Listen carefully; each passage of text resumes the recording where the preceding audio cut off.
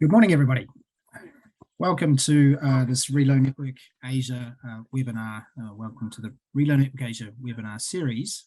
And today we're talking about everything Malaysia. So my name is Steve Burson, CEO of Relo Network Asia. And we are a destination service provider across 15 countries in Asia. It's my pleasure today to welcome one of our more experienced consultants in Malaysia, Anke Kraemer. So Anke, welcome. Thank you for joining us today. Hey, good morning. And just some very short some housekeeping issues very briefly. So this webinar today will be about 30 to 35 minutes in length. We will be recording the session today, and so anybody who is registered will receive the recording in a few days' time.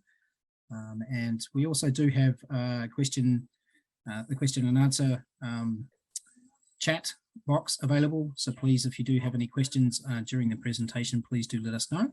And we'd be more than happy to field your questions towards the end of the presentation today. So without further ado, we're talking about everything Malaysia today. And Anke, once again, welcome. And perhaps if we could start by a brief introduction. Where are you from? And how long have you been in Malaysia? Yeah, over to you for a second. Okay, good morning again from Malaysia. Right now I'm in Perhentian, one of these beautiful islands that we have in Malaysia.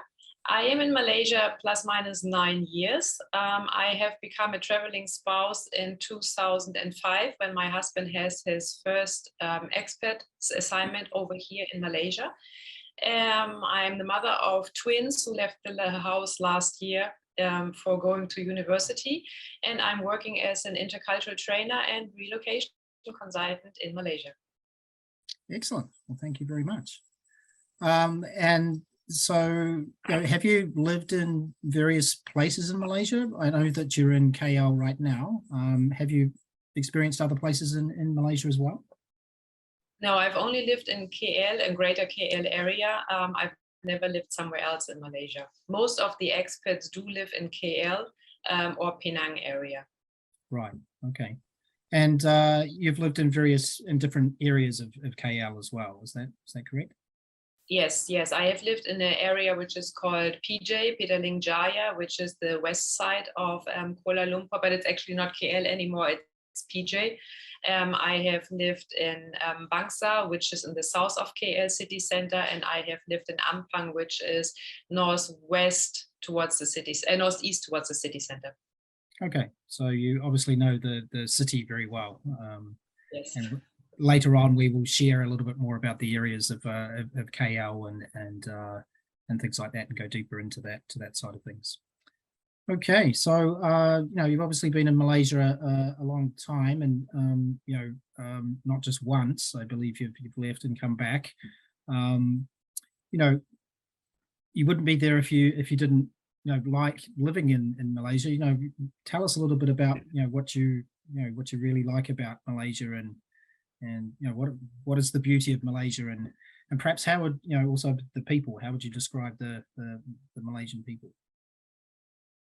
For those of you who have not been in Asia, once you are here, Asia will never leave you. So once you met the mentality and the hospitality of the Asian, and especially the Malaysians, they will always stay in your heart.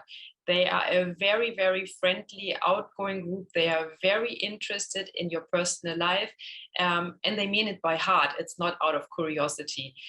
So we have these different ethnic groups living together, and every different ethnic group brings a different cuisine with it. So everybody has a different language, and they all share the same language. So when you're going out on the street in the morning, you always have different languages, different food. You look at different people's faces. So I just love the beauty of this really mixed, diverse country. Wonderful. Okay. So what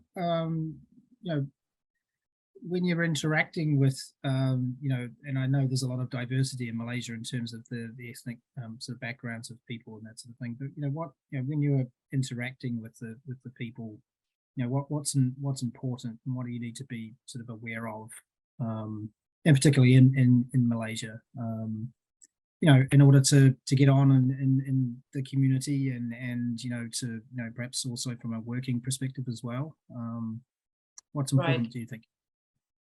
So what you always have to keep in mind, they are all having the Malaysian passport, but over here in Malaysia, it is also stated what race you are belonging to. So we have three major groups over here, which is 70% of the Islamic, the Malays, they are the Malaysians.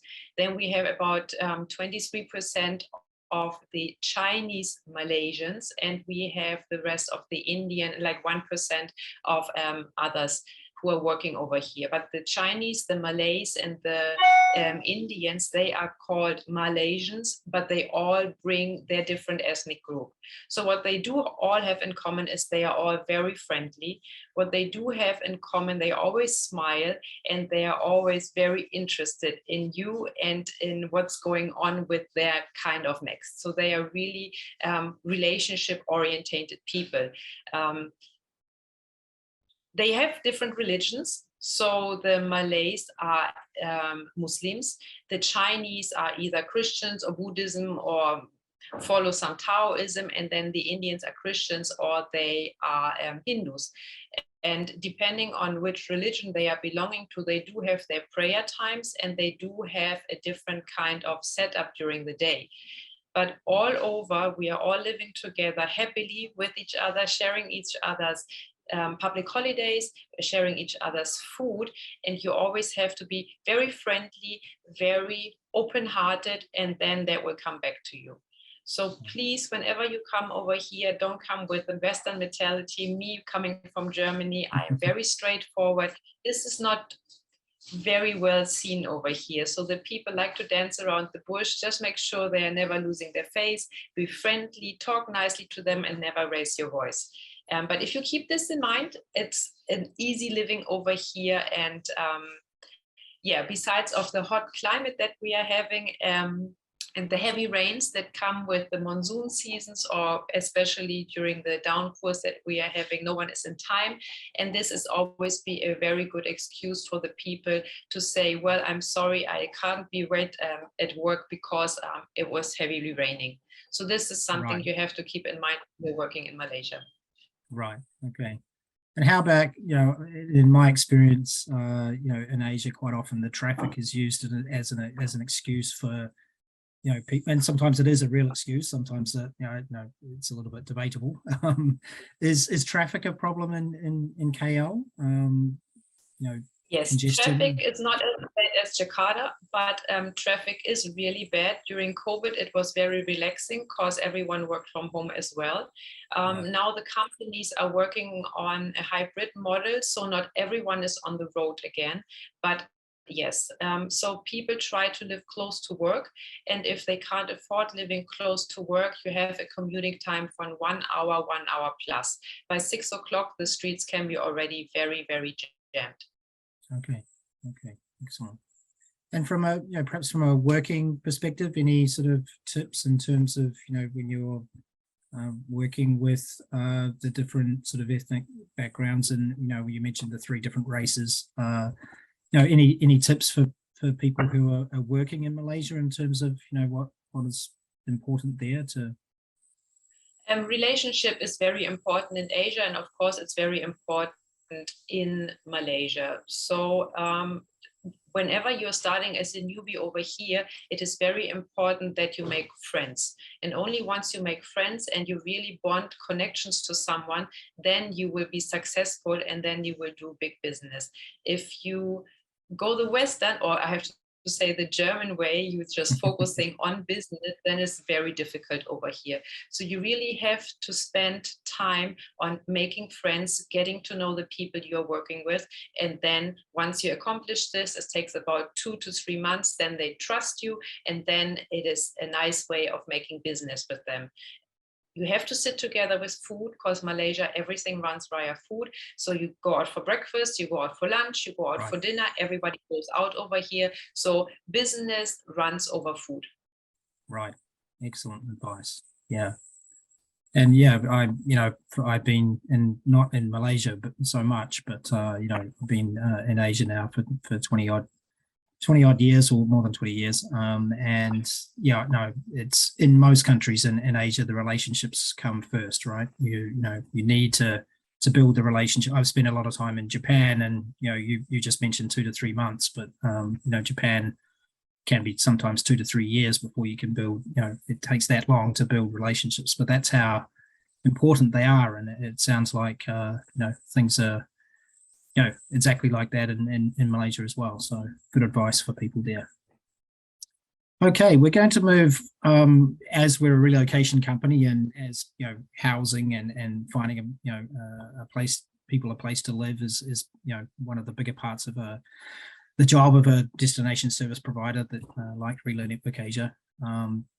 We are going to talk a little bit about the sort of the housing market and a bit of a presentation, or small presentation, few slides regarding the real estate sort of market in Malaysia. But firstly, just from your perspective right now, starting with KL, what are you seeing and feeling in terms of the way that the real estate market is moving?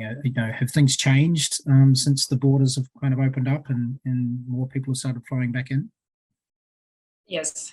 So we really can see, especially since May this year, that the market is picking up again, and the market in Malaysia is very dynamic, so it always swings. But it's now really picking up, and there are areas where it's very difficult and challenging to find houses right now, especially the areas that are close to school. But yes, we do see an increase of people coming back, returning, and the increase is already by about 5%. So yes. Okay. So availability of properties in some areas is becoming a little bit tighter then, right? Correct. It always depends on the budget that you have, but if you're going for the average budget in KL, which is about 5,000 to 10,000 ringgit, then especially the schooling areas are tight. Right. Okay, that's good to know. And we'll dive into the areas a little bit in a second. Anything, in terms of, we're hearing all sorts of things about inflationary, pressures in different places, and that's affecting the prices of different things, different services in different places. Are you feeling anything in particular in Malaysia? I know, for example, Malaysia stopped their export of chickens to Singapore, which is a big thing in the news. I guess to try and maintain their own supply, perhaps, but sure. What else are you seeing and feeling? So Malaysia has a lot of things that are imported, and during COVID we were really cut off from the world. That is really when you feel that you do live in a third world country. Suddenly you couldn't get butter anymore because all the milk products come in from Australia. Suddenly it was very challenging to have a beer because they didn't allow Carlsberg to brew their own beer anymore. So this is what you have to expect in Malaysia. As I said, it's very dynamic, not only in the housing market, but there's always a solution, and it always swings back. So yes, okay, 1 week I can't buy butter, and next week I can buy like 2 packages. So there's always a solution, and it's a very dynamic country. Right. So there's and nothing again, here we're talking about food. So Malaysia, it's all about food. Right. So there's nothing in particular now with sort of prices around the world going up that is, really prices have shot up for this, or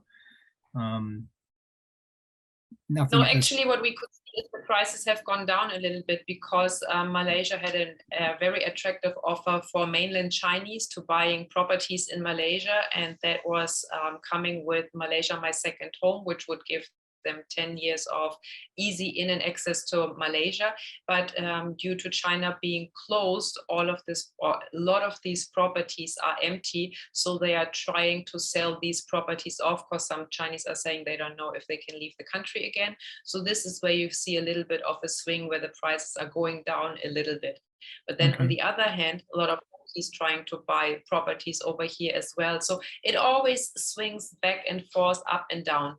It always depends on how long is the property empty. Does the person need money right now or not? Yeah. Okay. Okay. Well, that's good to know. All right. So we are going to swing into a few slides now, just to sort of introduce Malaysia and the real estate market to everybody. So I'm just going to share my screen now. And here we are. And Anke, I think you're going to take us through most of this. If we just can get started. Okie dokie. So what you see over here is Malaysia. Malaysia is divided in West Malaysia and East Malaysia. West Malaysia Peninsula is where you will find Kuala Lumpur, where you find Penang. West Malaysia is on the border to Singapore. And then East Malaysia is Sabah and Sarawak. Sabah and Sarawak, if you are in oil and gas, you will be going out to Miri a lot. But otherwise, Sabah and Sarawak is still very beautiful for traveling, a lot of rainforest and a lot of nature that we've seen over there. And most of the expats, as I say, are coming to Kuala Lumpur and working in KL or in Penang, okay, which is the west side of West Malaysia. If we are looking at Kuala Lumpur, where you see the red square, this is the city center of Kuala Lumpur. We have this golden triangle, which is the city center with the Bukit Bintang area on the left. People usually live around the Kuala Lumpur city center if they are working within this district. The green area on the east side of Kuala Lumpur is the Ampang area, which is still close to the Kuala Lumpur city center. The left side is Mongkiara, where there is no public transport. So a lot of people have to commute via Grab. And this is why a lot of people live in Mongkiara who have children over there, because the Mongkiara has a lot of schools, and then the kids can happily walk to school, and the person who works takes a Grab in the morning and goes to the city center for working. Another area a little bit further south, this is where I live right now, it's Bangsar. Bangsar has no real international schools, real in terms of the big players that we have in KL. You do find schooling and nurseries everywhere, also in Bangsar. Bangsar has LRTs and MRTs, which are the train station or the train commuting systems over here. Makes it very interesting for people to live here. Also, Mid Valley and Bangsar South are very interesting for the people who do not have children, because, as I said, schooling is mostly in Ampang area and Mongkiara area, so the people prefer to be closer to school to avoid the traffic jams. Okay, excellent.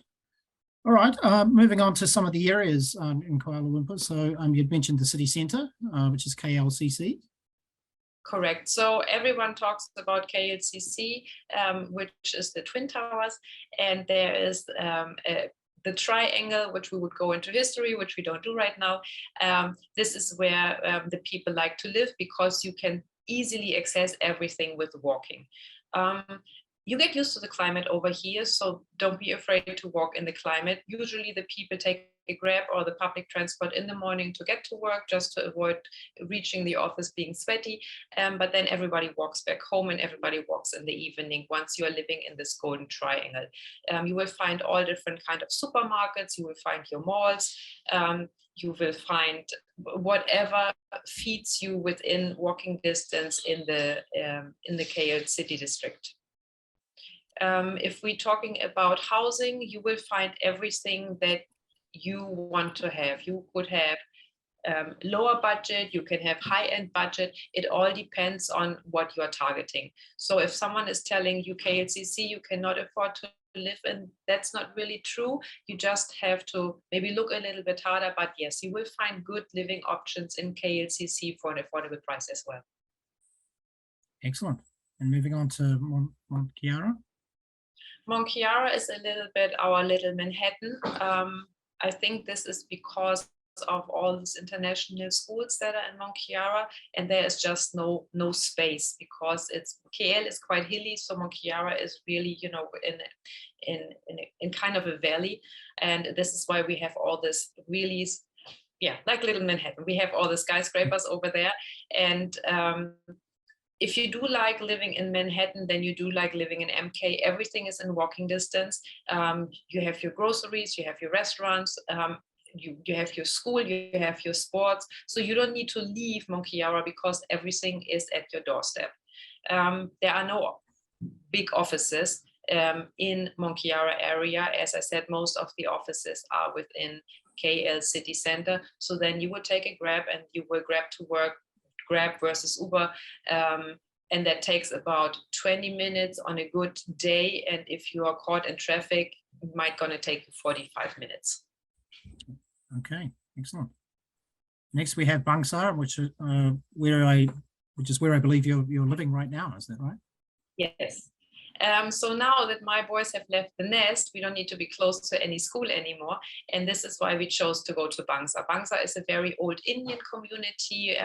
Doesn't mean that they are only Indians, but we always like to live where the locals are. So we have a very mixed neighborhood, especially in Bangsar. You will do find some expat areas within Bangsar as well, but most people who move to Bangsar go there because of the closeness to their neighbors, and it's all low density. You can still walk a lot of places. We have the public transport. Basically, if you are in Bangsar, you can go wherever you want on foot. Excellent. Okay. And last but not least of the main areas in KL, Bangsar South. Yeah, Bangsar South is fairly new. It's becoming very popular because a lot of offices have set up their spaces over there. As you can see, it is also a lot of high-rise buildings. There is not really a good connection with public transport, and there is definitely no school. So this is why a lot of young people live there, because it's just close to work. Again, you will find everything in walking distance once you are around this area. But if you want to leave this area and you want to go into town, you need to take a Grab. Okay, excellent. All right, so we'll move on to some of the challenges now. You know, there's a number of points here, so we'll go through them one by one. I believe, you know, one of the things is that you know, Malaysia itself doesn't have any sort of certification when it comes to real estate, you know, becoming a real estate agent. Maybe you can talk to that challenge a little bit. Yeah, Germans again have a certificate for everything, and they have to go through special requirements.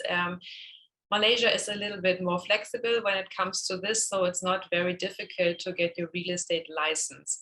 Having that said, means not every real estate is like every real estate, and you really have to be careful. Not everyone who calls himself a real estate is a really good real estate, and especially over here, there are a lot of rules you should follow, especially when you are an expert, to make sure you get what you want for your money. So I do work for Relo Network Asia, and I don't say this because I'm promoting them, but they are a really good team, and you can really count on them that they are picking good agents that are there for you as a tenant, which is very important over here. Yeah, so I think it's, you know, it's important for everybody to understand that, you know, because there's no certification around the real estate agents, that, you know, basically anybody can become an agent, and therefore, you know, there are some people out there that are not, you know, are not so trustworthy, and therefore doing things by yourself or choosing the realtor by yourself can be a little bit risky sometimes. So I think it's an important thing to know, and that's why using a destination service provider is a thing I would recommend, because we can introduce you to the right people. Websites around the world, you know, there's a lot of fake information on the web. Also true for Malaysia, I would believe, with regards to, you know, properties being, you know, illegitimate properties being listed and things like that. So comments around that? Yeah, we do have the big firms, iProperty and Property Guru, and we always experience people calling us up saying, yeah, but I have seen this apartment on Property Guru and I can get a really good deal over there. No, you can't. If your agent that has been assigned to you or that has been trusted to you can't find it, believe them. They try to catch the people. They might going to show you an apartment that is totally different. They might going to show you the apartment for this price, but then it is not as nice. They might going to have a lot of hidden costs that they are not showing in the internet. So it is nice to get an idea, but it's not always true what you see. Right. Okay. And then deposit refunds, can take a lot longer than perhaps we're used to in some other locations around the world. I think in the contracts, we typically negotiate either between we try to negotiate for 14 days, but I think sometimes owners ask for 30 days, but even then it can be hard to get the deposits back. Your experience in this area of things? Yes, I do, and I could talk hours about it, which I don't.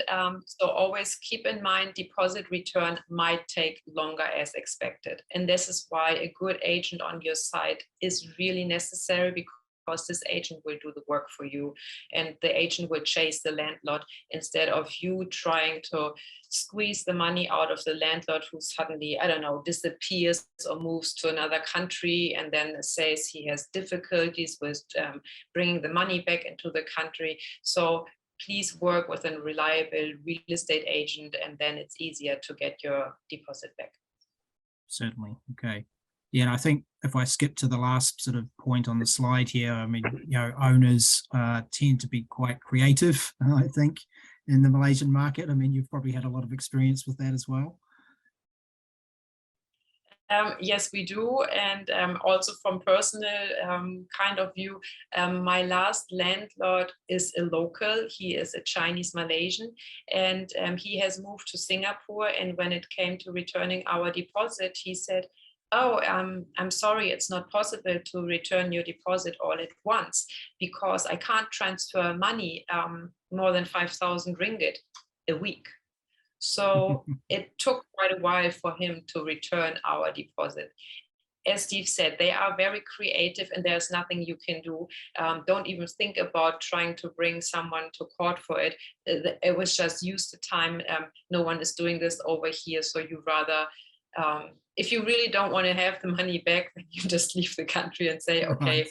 lesson learned. That's challenging. That's what I had. Right. Okay. Quality of the properties?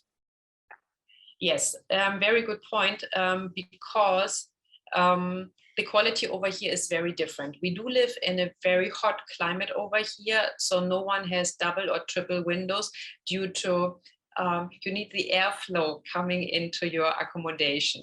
That's what they are saying over here. So your windows are never closing properly. It's only one glass. It might be a little bit more noisy because there is no noise reduction. The pipes are not in a very good condition, so they are always pipe burst. You will always find accommodation when you look at the ceiling. Oh, what is this patch? Oh yeah, that was a pipe burst from whatever. This is very common over here. The walls are concrete. We build the walls over here just by stones. It's just one layer of stone. That's the difference in between your neighbor and you. Even if you are living in a CMD house or if you're living in a terrace house, it's really just one layer of stones or bricks in between, and then it's just concrete on the wall. So whenever you put something on the wall, in the wall, you really need to drill hard, and the walls are still very thin. So yes, these are the challenges that we are facing over here: the poor quality of the windows, the poor quality of the pipes and the walls. Right. Okay. And I guess that means there's quite a maintenance issues are quite common, right? So they need to expect that something is going to happen within your rental property, and sometimes I guess dealing with the people that come to fix it can be slightly frustrating, can take a lot longer sometimes than you would expect, I would imagine. Again, Malaysia is dynamic and flexible, and I do love it. But yes, so For example, I do have an AC problem due to piping or whatever, and I will call my maintenance guy and he would say, yeah, I'm coming. When are you coming? Soon. So this soon can be something in between. I'm showing up in the next moment, and it can be 3 days. So you never really know. It's always good to have someone at the house that has the key. A lot of people have a helper over here, but that's another talk. But if you do not have a helper, that's not a problem. Again, if you have a good agent, tell this agent you do have a problem. The agent goes to a maintenance guy that is reliable, that set a date, and they will come at a date and close to the time that he or she said. Excellent. Okay, great advice. Affordable options are available in Malaysia, and I guess this comes down to, I don't think there's many areas in Malaysia whereby you can't, there's a range of properties available in basically most areas in Malaysia. So there's not really an expat area versus perhaps a lower quality housing area, right? There tends to be a variety of properties within each area. Am I correct? Yes, totally. So you will find something where the locals can live, which that's unfair. I have to say we have different kind of housing over here, and they are named differently. So we have something which is called an apartment. An apartment comes without any fanciness. You have a condominium. A condominium is usually gated and has some facilities like a pool or maybe a gym. Some even have a small supermarket. And then you will have gated communities where you have townhouses or terrace houses, semi-Ds, bungalows. You also have this if you are living non-gated. So there's really something for every budget in Kuala Lumpur. Right. So, if you spend time on the search, you're definitely going to find something in your budget range. Okay. Lastly, just with regards to the diplomatic clause and termination of leases and that sort of thing, can you explain that a little bit and how that works in the KL market? Yes. So in KL, the landlords are not very happy to give you a lease for 6 months. If you are signing a contract, it's usually for 1 year or 2 years. If you are signing a 1-year contract, you cannot leave the contract before this year is over. Otherwise, you will definitely not see your deposit back, or you have to pay for the rest even if you have moved out. That's just the law over here.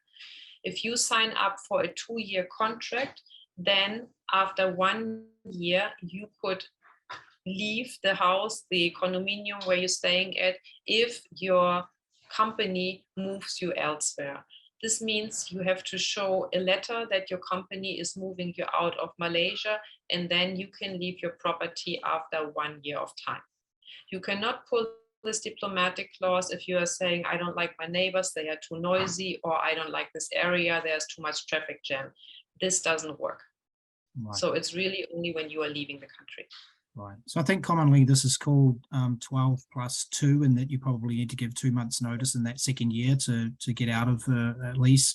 But you can only do that if you're leaving the country, really, right? So you would probably end up needing to forfeit your deposit if you wanted to, terminate the lease in the second year just because you wanted to move areas or something like that. That'd be correct? Correct. Right. Okay. We'll quickly move on to what I would say will be our last sort of slide before we go back to some other topics. But just very quickly, some out-of-pocket expenses or some expenses that you need to be aware of in the sort of related to real estate. So there is a stamp duty, I believe, that is charged. Now, I don't think it's a uniform percentage. It depends on the property, I think. So there's some sort of calculation depending on the area or the region, I believe. But there is a stamp duty that you will need to pay. And there's also a stamp duty admin fee. What is that? Basically, if you don't want to deal with it, you send someone and then they will do the work for you. So if you're going over an agent, the agent then will know another agent that goes in to the solicitor, and then the solicitor does the duty. So basically, you're paying a runner who does the job for you. And again, Malaysia is very creative. So there are stamp duty runners that are more expensive expensive than others. So have a good agent that gets the best bargain for you. Yes, and typically we at Relo Network Asia, we try to get, things, we try to negotiate things to around 300, Malaysian ringgit. So if you're paying much more than that, you're probably paying too much for your runner, which is, even now when a lot of this is actually, the stamp duty is actually done online, they still have runners. So, I don't know what an online runner is, but okay. Air conditioning servicing. One thing, we do have runners here for everything because no one likes to stand in line. So basically it's a person who does the job for you in queuing. That's what we have a runner for. Right. Air conditioning. What do you need to be aware of? Yes, there? AC is done by the tenant, and you really need to service this every half year or every year, depends in your contract. So when you're getting your property, it is all serviced. That means it's cleaned and there is enough gas in it. And then every half a year or every year, depends on how often you use it, it has to be maintenance and it has to be paid by the tenant. Okay. And lastly, curtain cleaning, professional cleaning, sort of, wooden markings on the wooden floors and things like that. I think these are areas that you will need to be careful with, I believe. Your experience here? Yes, just a quick one. Most of the accommodations come with curtains. So of course you want to have nice washed curtains when you are moving in. So when you're moving out, you just want to leave nice and washed curtains that are still in shape and not shortened because you put them too hot in the washer. And it's the same with the wooden floors. So we do have very nice wooden floors in Malaysia, but they are not always on very good quality. So when you just drag your luggage over it, it might happen that you have scratches and then the landlords are not happy with it. So you always have to be a little bit careful with the wooden floors over here. Okay. Excellent. Well, that was and we took a little bit longer than I was planning, but it was just a basic outline of the sort of the real estate market in KL. If anyone out there needs any sort of advice on budgets for any sort of any location in Malaysia, we're more than welcome to help you with that. We have housing budget sort of information for different types of cases or different levels of expats. So if you need anything, please do contact us at any time. Okay. Moving on a little bit from real estate and sort of, just in general, we were talking about challenges in the sort of the real estate market. Are there some other challenges that foreigners quite often face while living in Malaysia? We mentioned a little bit there about, maintenance issues and things taking longer than perhaps you're used to. Are there other things that you need to be aware of when living in Malaysia? No, not really. I mean, just common sense, if you break it, make sure you repair it. If you can't repair it, have a handyman doing it for you. It might take a little bit longer to get the right handyman. But if we're talking about property and challengings over here, nothing out of the sense, no. Okay. All right. We probably can't sort of go past religion in Malaysia.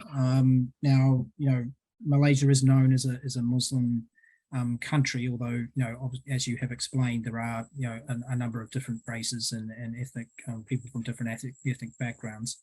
How does religion play a sort of part in everyday Malaysia, and what's important to understand, or with regards to the Muslim side of Malaysia, and as a foreigner, how is it best to kind of interact with that or not interact with it, I suppose?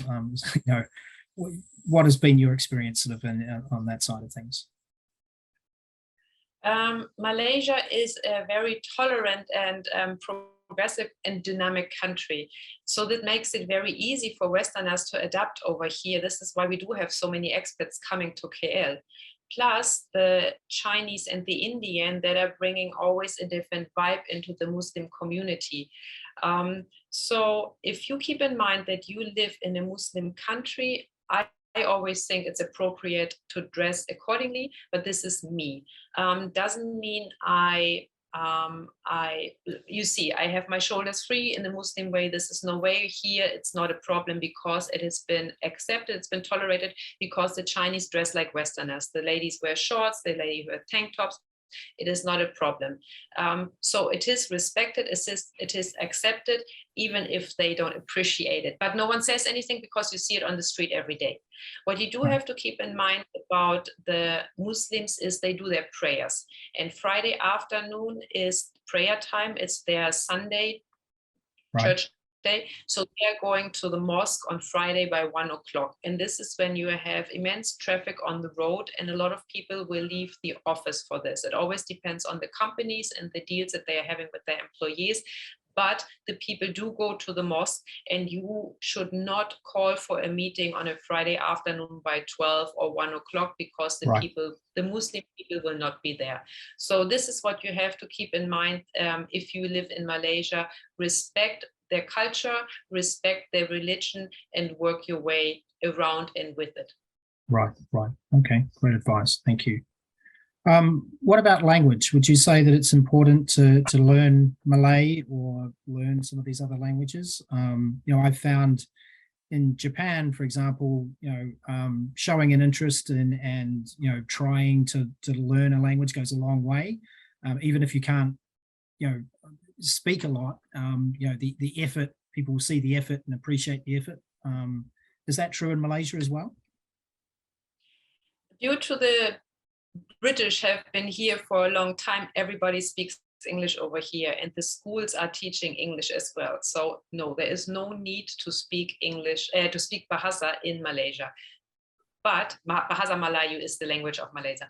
But it's nice if you can say some words and they will already understand. They will laugh at you. They will probably say, "Sister, I can speak English," which is how that you are welcome to try, but they will reply in English. So yes, it is nice, but it's not necessary. Okay. All right. We're a little bit over the 35 minutes I mentioned, so I'll make this kind of the last question, if you like. But in terms of traveling within Malaysia, have you traveled a lot within Malaysia? And if somebody is traveling domestically, do you have any hints for them in terms of places to go, or other things to be aware of, or take to be careful of when perhaps traveling within Malaysia? Right. I could talk for hours because Malaysia is a beautiful place to travel. You can go everywhere and you will find something different. You can go down to Malacca, which is south of KL, and you will see very old history. You can go up to Penang on the peninsula as well and see very old history. You can go up to the east coast of West Malaysia. You will find beautiful beaches. You can do scuba diving. If you are staying within West Peninsula, you will have Cameroon Highlands, where the English set up their tea plantations, where there still is rainforest. So there's lots to see only on Peninsula, where you can all take your car. You can drive over here. You're driving on the left side, but it's fairly easy. So this is not a problem to get around within West Malaysia with a car. You also can take trains. The train system along the west coast of West Malaysia is very good. So a lot of people travel by train.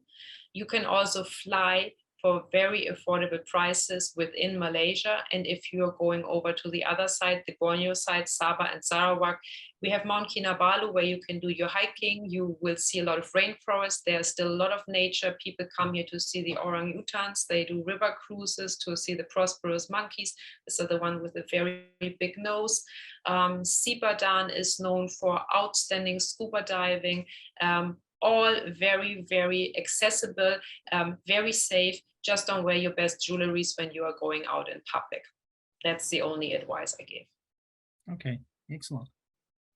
All right, I would like to open up now to our audience to ask any questions. I don't have any questions that have come in at this moment. We'll have we'll carry on and chat a little bit here for a little bit longer.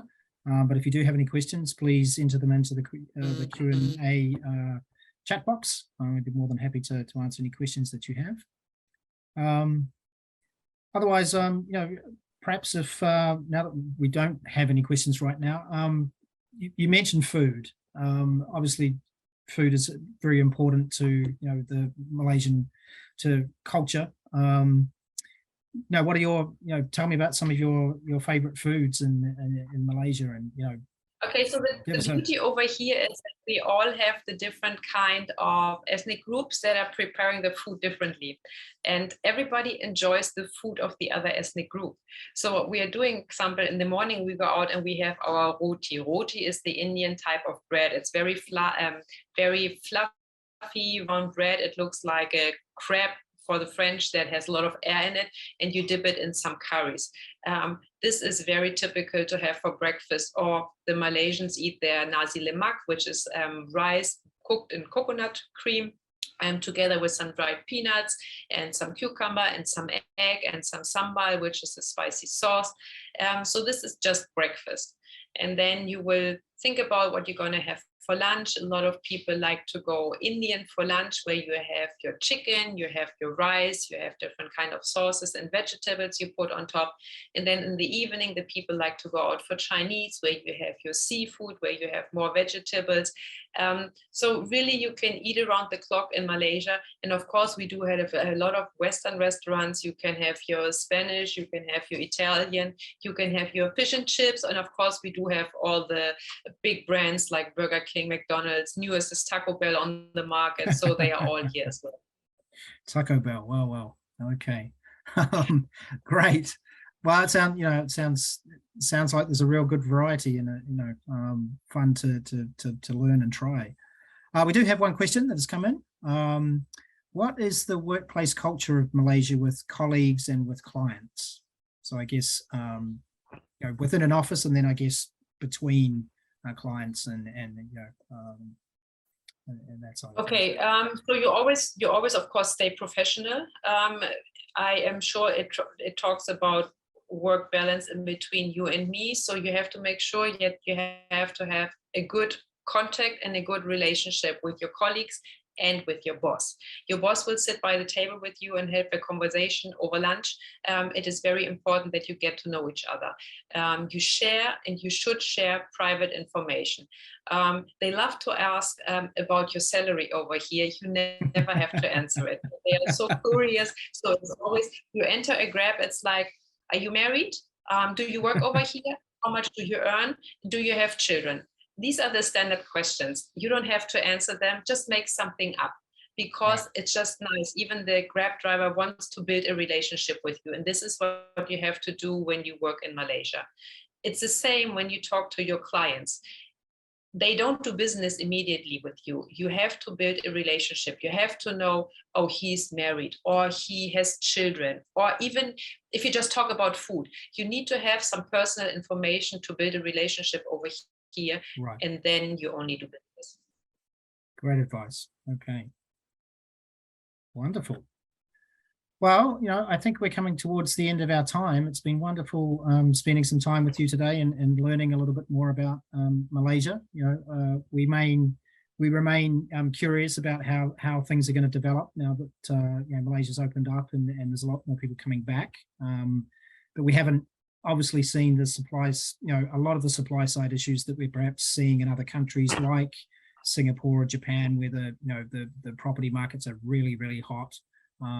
I don't believe it's quite gone that far yet in Malaysia, but from what I'm hearing from you today, things definitely are warming up, and therefore the availability of properties and things like that, the availability of perhaps positions at schools and things like that is going to become, tougher or tighter in days to come, depending on perhaps the area, depending on the school. But in general, we are seeing more people come into Malaysia, is what I'm gathering from you. Maybe if you could just end a closing comment around that, and what we should expect perhaps in the next 6 months or so, from a expat going to Malaysia perspective. So definitely after COVID in Malaysia opening up again, the market is becoming warmer and warmer again.